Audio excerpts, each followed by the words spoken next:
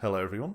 A few months ago, an old friend of mine who's here on YouTube as Game Racer, I'll link him over here somewhere, did a video response to someone else who was also doing a video response to someone else, asking retro questions. Questions about your history and opinions on certain things to do with retro games in particular. Now, I don't particularly cover retro on this channel. I have a couple of times, mainly in compilations, like there was an Xbox 360 compilation that had Mega Drive games on it. But it's not something I typically actually cover myself. But I do still play old games, and I grew up in the 80s and 90s, so I have played my fair share of what would now be considered retro games. And I thought this might be an interesting thing to do. So here's my response to Game Racer's response to someone else's response to this set of questions. So here we go. Question number 1. Okay, question 1 is first game you remember playing on a console or computer. And I can answer this one today because I did a bit of detective work on this about 10 years ago. Because I can picture the game that I'm thinking of, but I didn't know what it was called, and I didn't know the platform that it was on. It was about 1986 or 87. I was in my first year at school, so I was 5 and turned 6 during the course of that school year.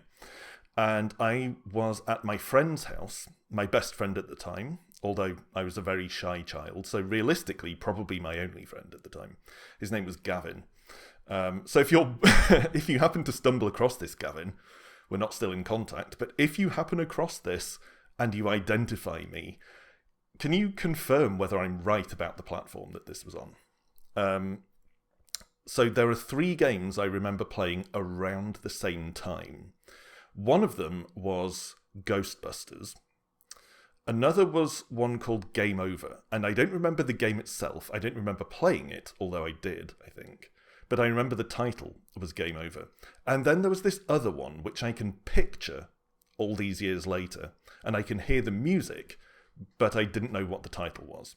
So about 10 years ago, I did a load of Googling, and in an hour or 2 of amateur detective work, I managed to narrow it down to what I think is the correct answer. The game is definitely called Oh Mummy. That's mummy in the bandaged ancient Egyptian carcass sense. And the platform, I believe, was the Amstrad CPC.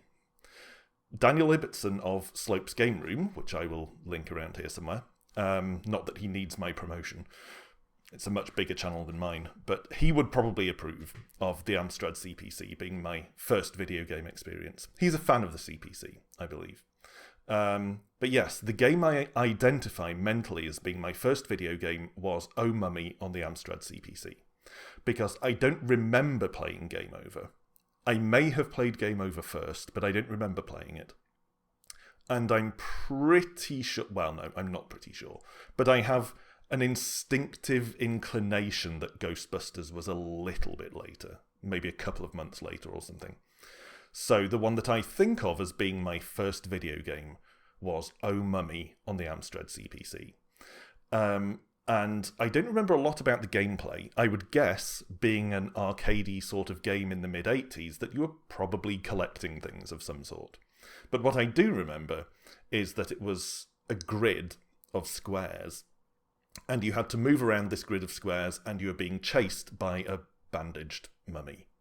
And I remember the music, which is a really famous melody, but I had no idea what it was called until I looked it up and tried to find out what it was.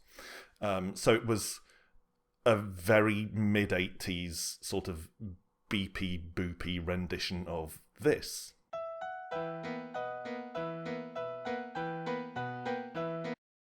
So that's the first one. First game I remember playing on a console or computer, Oh Mummy on the Amstrad CPC. Question 2 is first game you remember completing without using a continue. And this is slightly tricky because there actually aren't that many of those anyway, overall. I'm not great at completing games. I generally get to a point where either it's too difficult and I get frustrated, or I just lose interest if it's a long game. I drift away from it. Or it's the kind of game that you don't really finish. Like, one of my favourite NES games is a game called Pirates. And although you can finish it in the sense of deciding to retire your pirate, it doesn't exactly have an end as such. So you can't really say I've completed that game, and it's not a game that has continues, so you can't really count that. And, I've played the old Mario games extensively, but I don't think I've finished one before Super Mario World. But thinking about it as much as I have the energy to, the first game that I think I got to the end of without using a continue was probably Kirby's Adventure on the NES, which remains an all-time favourite game of mine, and it's a little bit on the easy side by some people's standards.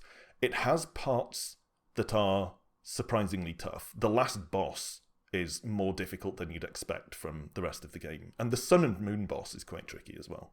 But large parts of the game are a lot easier than something like, Mega Man, or Mario for that matter. It's quite a forgiving game in many ways, but it remains one of my all-time favourites. And I definitely finished it multiple times in its day. And I'm pretty confident in saying that I played it enough that I could probably get through it without using a continue. So that's my answer to question 2. First game I remember completing without using a continue, probably Kirby's Adventure. Question 3, favourite gaming controller. And you might notice this about my answers as we go along, but I'm the kind of person who usually begins the answer to any question with, well, it depends. So my answer to this question, favourite controller, really depends on how you define favourite here. The most comfortable one for me to use, this is the obvious definition, the one that I enjoy using the most was the Xbox 360 controller. The 360 at this point is probably becoming old enough to be considered retro, but mentally I still consider it a modern console. But that is overall the controller I find the most comfortable to use. The combination of size and button layout and the triggers, like the Xbox One controller is very similar, but I prefer the more trigger-like triggers on the 360 controller. The Xbox One controller has these wider, flatter triggers, which I don't like as much. But it hit the perfect combination of size and shape and layout and things for me. So from a comfort/usability standpoint, Xbox 360. If you want to go older than that, I could say Super Nintendo. I don't think it's a super comfortable controller, but for its era, it's probably the best of them. I like the versatility of having 6 buttons, 2 of them on the shoulders. But the other possible angle it occurred to me to take on this question is aesthetically. Which controller do I like the look of most? And that one is the Sega Saturn analog controller. That thing looks like a spaceship. The Dreamcast controller also looks kind of similar. I think it probably took inspiration from the Saturn analog controller, but it's a bit busier. It has that slot in the middle for the unit thing that you put in, and the analog stick is a bit smaller, a bit like a modern day analog stick, whereas the Saturn analog controller had this big ball with sort of a cup on top, which I quite liked. So aesthetically, the Sega Saturn controller is my favourite one. Question 4. Would you watch a YouTube channel to find out all the secrets and glitches in a game before playing it? And my answer to that is absolutely not. I don't want to ruin the experience of playing a game for myself, for a start. But also, with regard to things like all the secrets, even after I've played it extensively, I'm probably not going to do that, because I'm not a completionist at all. I don't care about getting all the things, or getting 100% completion in anything, finding all the secrets, exploring every corner. None of that. Do not care. So, no, I would not watch a YouTube channel to find out all the secrets and glitches either before or after first playing a game. I feel like my microphone has been slowly slipping down out of shot, so sorry if the sound quality went a bit iffy there. I've put it back in position and hopefully it stays there now. That's what you get for having a mic stand with a slightly loose screw thing and held on by socks. Question 5, though. What game would make a brilliant anime or movie? And I've been having some difficulty with this one because so many attempts to turn video games into films have been bad. Probably the best film version of a video game, in my opinion, was the first Silent Hill film. It wasn't necessarily a great representation of the game, but it was, I think, probably the best film that came out of trying to adapt a game to the big screen. I know a lot of people really like the Castlevania animated series, but I watched about 3 episodes of it and it was just not for me. Didn't like it at all. It was quite heavily inspired, I think, by Castlevania 3, which is my Castlevania. That's the one I had and played back in the day, but did not like that series at all. So this was kind of a tricky question in terms of which games I think would make a good transition to an anime or a film. And what I landed on, I'm not happy that it's necessarily the best answer, but the one that kept coming back to me as I was thinking about it was Cybernator, or Assault Suits Vulcan, if you want to play the import version. It's a giant robot thing, giant robot piloted by a guy shooting his way through some levels of other giant robots to try and accomplish something, which seems really, really standard and generic. But Cybernator has this very anti-war feel to it, where you get the sense that everyone involved is doing this because they have to, because there's a war going on and they're doing a job, and they have to get something done, rather than trying to glorify it in a kind of Michael Bay woo explosions kind of way. And I think doing that would work as a film. A giant robot battling film or anime series that takes a tone of this being reluctant necessity, and a condemnation of war in general. I think that could work as a film or series. I also thought maybe Terranigma, because that's really epic in scope in a way that's kind of anime-ish. Reviving all life on Earth is suitably grand in scope for an anime series, but Cybernator is the answer I'm going with. I think that would work pretty well as a film. Question 6. What is the best console era of gaming for you? For me, if pressed to pick one, I would probably say the 16-bit era, the Super Nintendo Mega Drive era.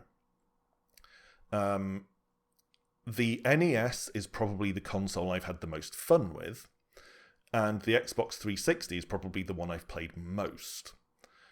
But I feel like there was a sort of peak in video games in that era, the 16-bit era. There were a lot of games that were great games at the time and still hold up really well now.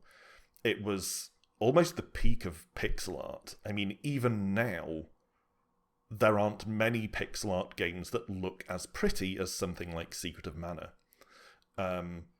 Musically, it struck a really good balance of composition and relatively primitive sound quality. Like, there was really good chiptune coming out of those games.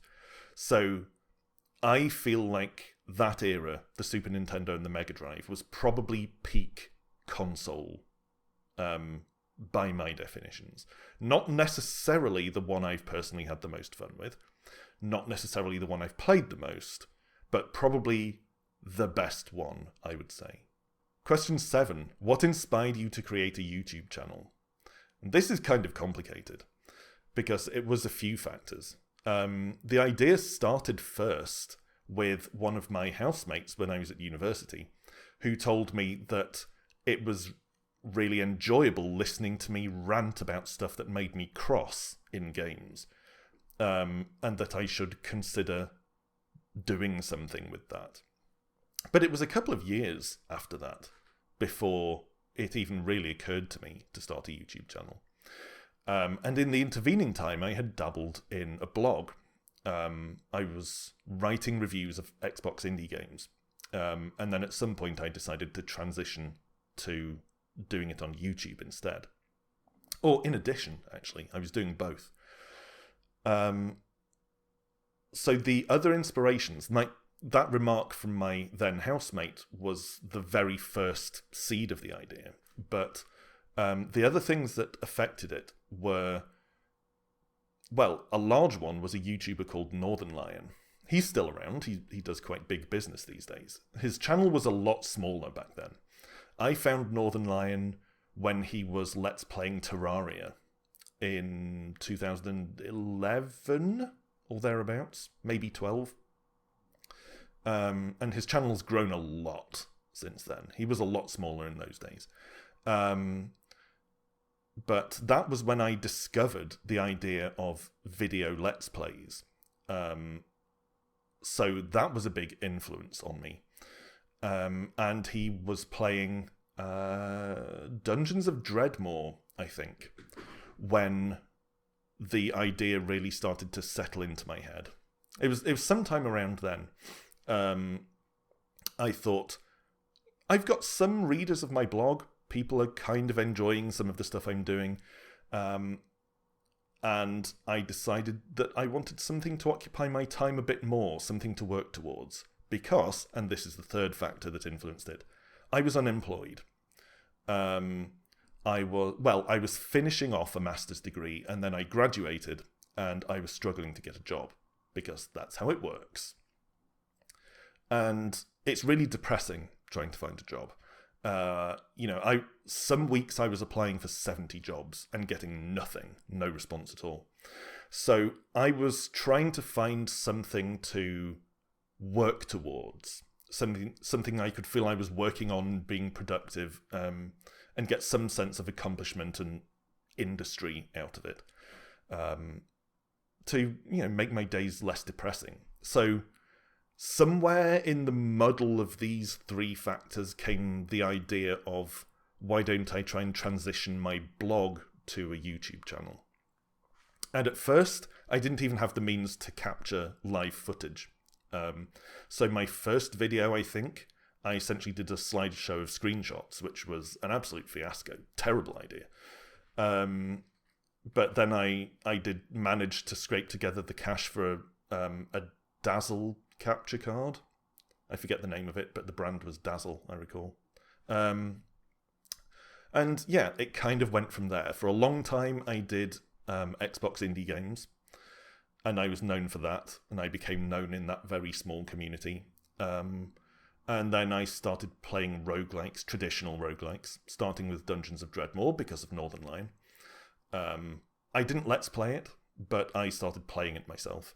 And then as I played more in that genre, I started covering more of those, and over time I became more known for that.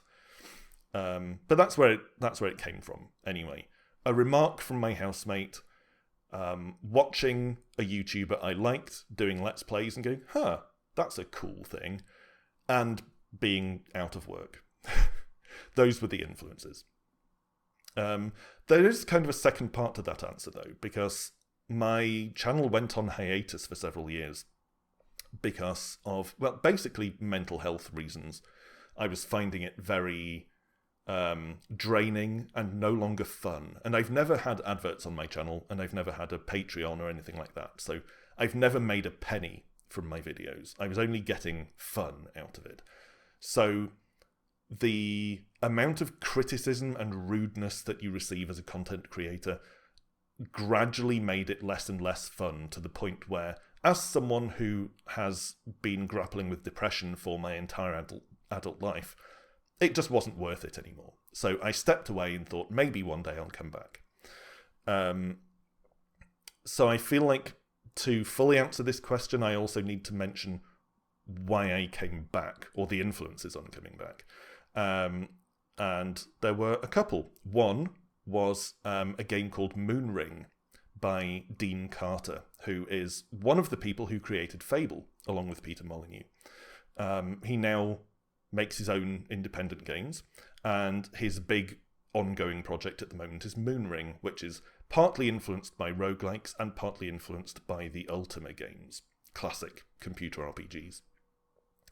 And I don't have anywhere near enough experience of playing Moonring yet to cover it, but every time I've dabbled in it, I've thought, this game really needs someone to shine a light on it. It deserves a lot more attention than it's getting. I haven't seen it getting any attention to speak of. So that sort of recurring nudge making me go, there are indie games out there that no one is really looking at, and someone should, kind of pushed me a little bit towards starting up the channel again. And the other thing was a YouTuber / Twitch streamer called Hungry Gorilla, who covers exclusively or almost exclusively retro games. And I had a conversation with her and a couple of other people on her Discord where I talked about this vague, niggling idea of maybe returning to YouTube. And one of the things that came out of this conversation was advice from Hungry Gorilla, where she said basically, the only pressure is from yourself. If you're going to do it, you have to do it on your own terms.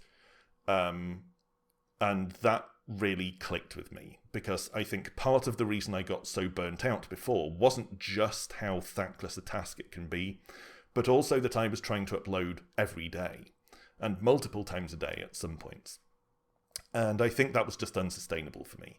So that conversation helped me come to the decision that I'm going to upload when I feel like it. I will make videos when I'm in the right mood, and I'm not going to try and hold myself to a regular schedule or anything.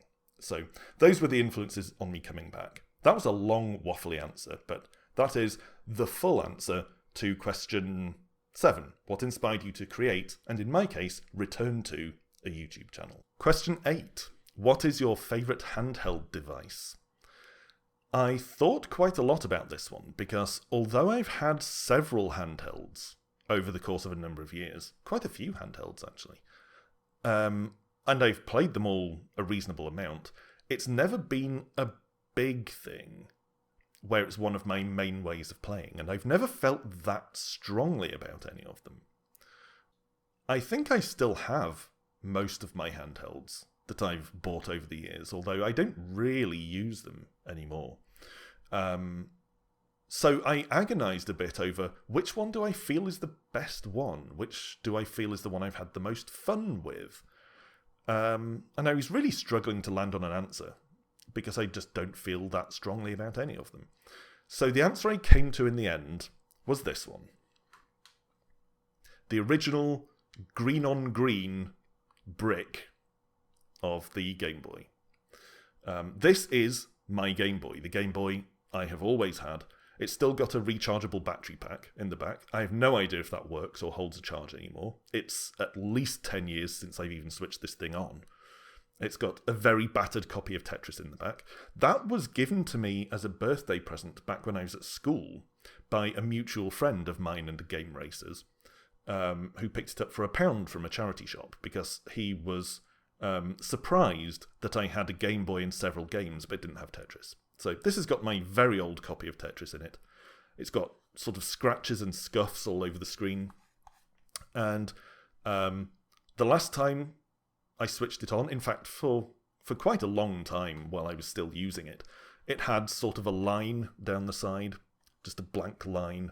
So it's definitely not in great nick, and obviously yellowed from age and covered in dust.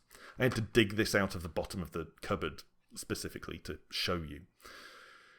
So this is the one I chose. It's not necessarily the best one. There were a lot of really good games on the Game Boy Advance, for example. I think the Game Gear is underrated, and was underrated in its time. But I have fond memories of playing this one. Even though it's unnecessarily huge. I mean, that's technology of the time, obviously, but it's giant compared to how dinky the screen is. But I played Link's Awakening on this. I played, obviously, Tetris, various other things. I think my first Game Boy game was Asterix, which was just a fairly straightforward platformer.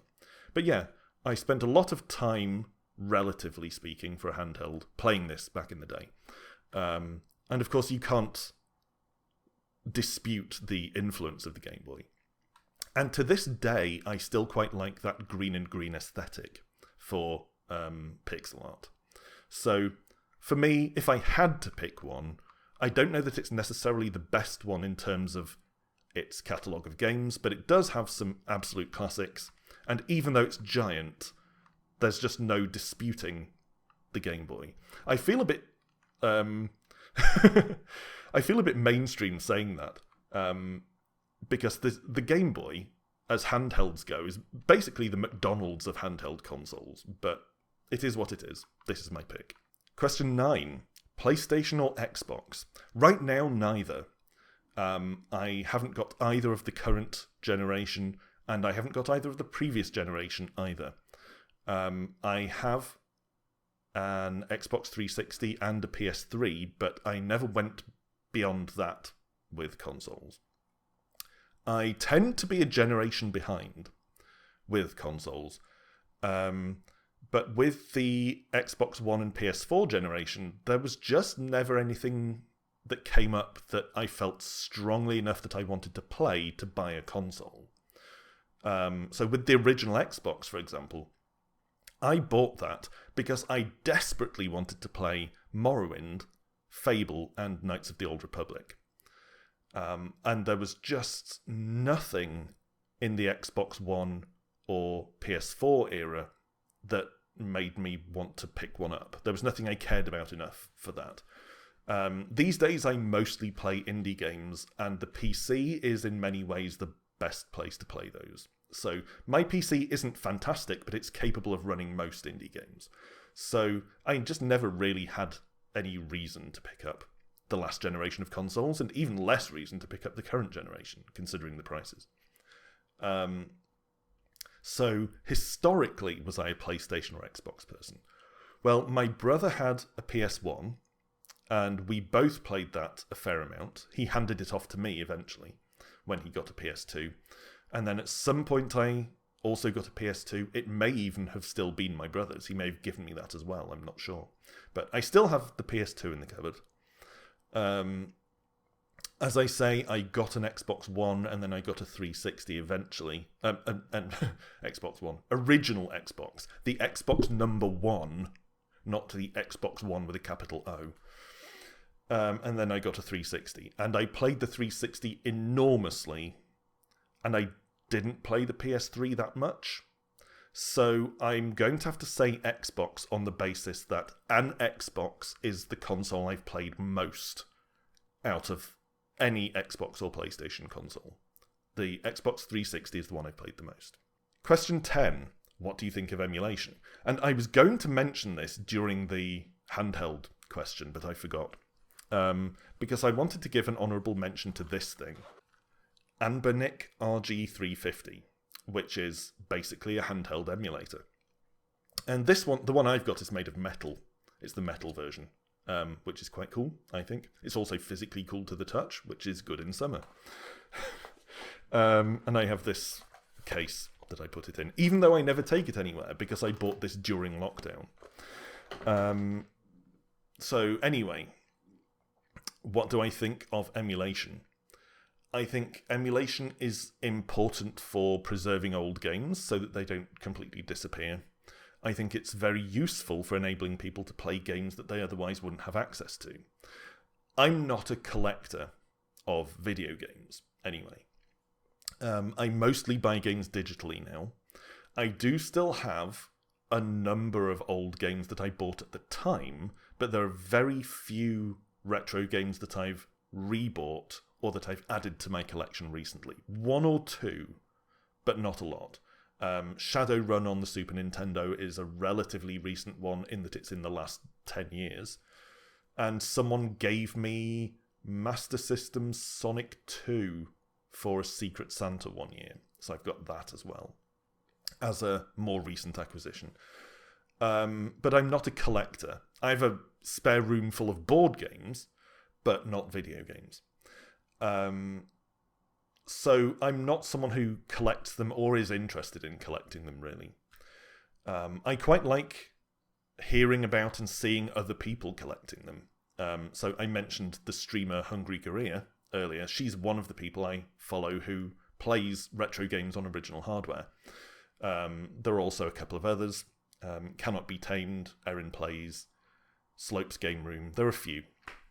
And of course, my friend Game Racer, who I mentioned earlier, and I will link him again over here somewhere. I do think emulation is really useful to enable people to access games they otherwise wouldn't have access to, and also to preserve games so that they're not lost in history. And question 11, the last question, unless I wasn't paying attention. What is the scariest game or demo you've ever played? Things don't tend to scare me. Films, TV, games, they don't scare me, really. Sometimes they make me uncomfortable. Like Eraserhead, the David Lynch film, made me uncomfortable.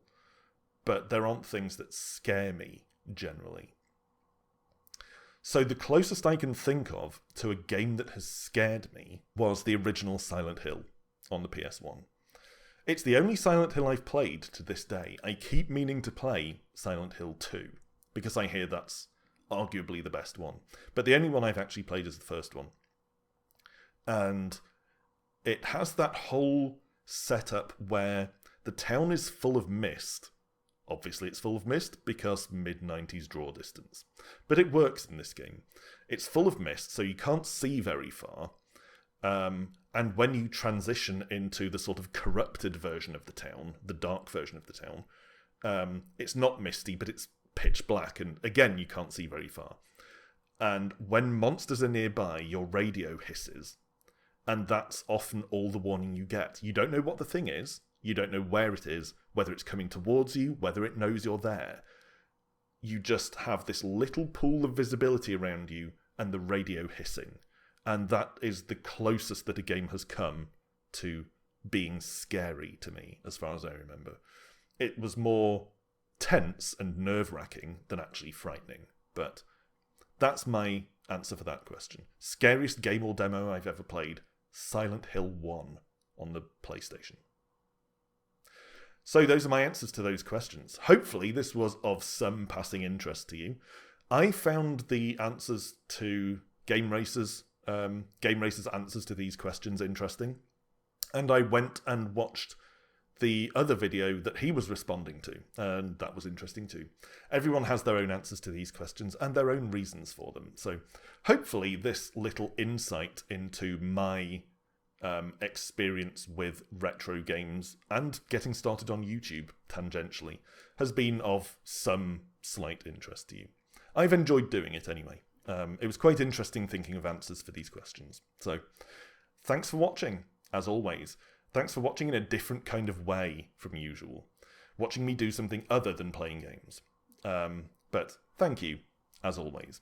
And rejoin me next time I upload a video. It's probably going to be back to Warlock of Firetop Mountain, I think. So, come back if you're interested in the next episode of that. I have years of back catalogue of videos to watch as well, if you're suitably bored and want to hear more of me waffling on. But until next time, bye for now.